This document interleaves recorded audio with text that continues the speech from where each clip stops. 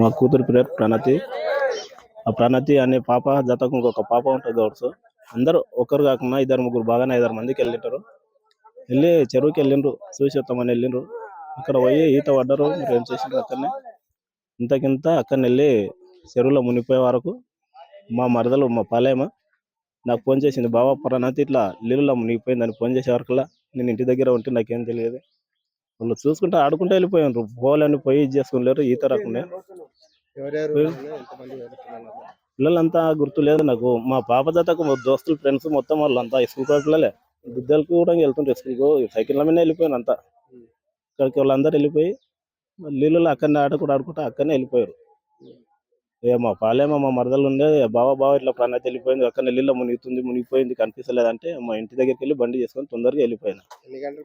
ఇంటికి వెళ్ళి 11:30కి వెళ్ళి 12:52 నిమిషాలకు నాకు ఫోన్ వచ్చింది. అప్పటికంటే వచ్చింది మా పాలేమో మా మరదలు.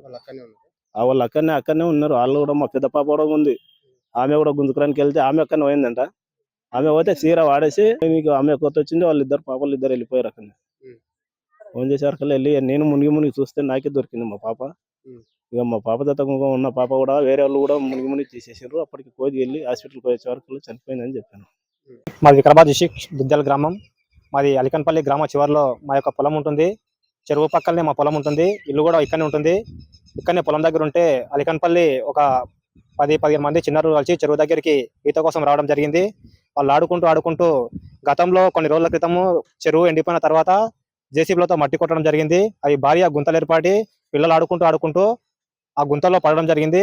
ముగ్గురు అమ్మాయిలు పడటంతో ఒక అమ్మాయి బయటకు వచ్చింది. 2 అమ్మాయిలు అక్కడే ప్రాణాలు కోల్పోవడం జరిగింది. ఇందుకు అధికారులు కూడా గతంలో కూడా ఎన్నో విధాలుగా మేము కంప్లైంట్ ఇచ్చాము గుంతల కోసం అని. ఎవరు పట్టించుకోవడం లేదు. ఆ పట్టించుకోవడం వల్ల కూడా ఈ చర్య జరిగింది. వెంటనే అధికారులు ఎటువంటి చర్య తీసుకొని ఒక కంచెలాక జాలి ఏర్పాటు చేయాలని మనం చేస్తున్నాం. 10-15 అలికన్పల్లి గ్రామానికి చెందిన అమ్మాయిలే వాళ్ళ పెద్ద బట్టలు ఉతకడానికి కానీ పరిచి ఒక 20-30 మంది అందరు కలిసి ఇక హాలిడేస్ ఉండడం వల్ల పండుగ సందర్భంగా అందరూ ఇక్కడ చూడడానికి వచ్చారు. అందులో ఆడుకుంటూ ఆ గుంతలో పడడం జరిగింది. అధికారులకు కూడా మేము జేసీబీలు మట్టి కొడుతున్నారు, అది కొడుతున్నారు అంటే కూడా ఎన్నోసార్లు విధంగా చెప్పినా కూడా ఇది మెయిన్ గా అధికారులే చేయడం జరిగింది. మట్టి కొట్టడం విషయంలో కూడా దానికి వెంటనే అధికారులు కూడా ఎవరైనా చర్యలు తీసుకోవాలని కోరుతున్నాం.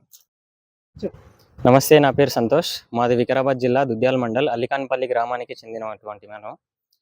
అయితే ఇక్కడ మా ఊరికి ఒక 1/2 కిలోమీటర్ లేదా 1 కిలోమీటర్ దూరంలో చింతల చెరువు అంటని చెప్పేసి అలికాన్పల్లికి సంబంధించిన చెరువు ఉన్నది. అక్కడికి ఈ దసరా హాలిడేస్ ఉండడం ద్వారా చిన్నారులు ఈత కొట్టడానికి వచ్చారు కొంతమంది. అయితే ఇదే క్రమంలో వాళ్ళు జేసీబీ గుంతలు దగ్గరనే ఉండడంతో అలుగు బారుతుంది. అలుగుకు దగ్గరలో ఉండడంతో జేసీబీ గుంతలు దగ్గరలో ఉండడంతో వాళ్ళు ఆ గుంతలో పడి 3 చిన్నారులు మునిగిపోవడం జరిగింది. ఆ మునిగిపోయిన ప్రాసెస్లో ఒక చిన్నారి అనేది కొంచెం తొందరగా బయటికి రావడం జరిగింది. వాళ్ళని గమనించినటువంటి పిల్లలు కేకలు వేస్తే మేము అక్కడికి చేరుకొని వాళ్ళ ఇద్దరిని నెంకే ప్రాసెస్లో ఒక 15 to 20 మినిట్స్ పట్టింది. అప్పట్లోపే వాళ్ళిద్దరు చనిపోవడం జరిగింది. వాళ్ళని బయటికి తీసి సిపిఆర్ చేసి కూడా వాళ్ళని బతికించలేకపోయినాం. ఇంకా ఈ జేసీబీ గుంతలు ఉండడం ద్వారానే చనిపోవడం జరిగిందని అనుకుంటున్నాము. ఎందుకంటే జేసీబీ గుంతలు అలుగుకు చాలా దగ్గరలో ఒక తమ్మం పెట్టు తీయడం జరిగింది. పూడిక ఒకటే తన బావి గుంతలాగా తీయడం జరిగింది. తద్వారా దాంట్లో పడడం జరిగింది. తొందరగా వాళ్ళని ఫైండ్ అవుట్ చేయలేకపోయినాము. అట్లాంటని చెప్పేసి జేసీబీ గుంతలు కొంచెం మరీ భారీగా ఉండడంతో వాళ్ళు మునిగిపోవడం జరిగింది. అసలు గుంతలు ఎందుకు తీయవలసి వచ్చింది అంటే రోడ్డుకి కానీ ఇంకా కొంతమంది అక్రమంగా కానీ చేయడం అట్లే పరారీగా చేసుకోవడం జరిగింది. చెరువు మధ్యలో అంటే కొంచెం ఒండు మట్టి ఉంటది కాబట్టి ఇక్కడ కొంచెం గలుసు మొరం ఉంటది. ఇక్కడ మట్టి బాగుంటది అంటని చెప్పేసి అందరు ఇక్కడనే తీయడం జరిగింది. ఇంకా మధ్యలోకి వెళ్ళలేకపోయినరు.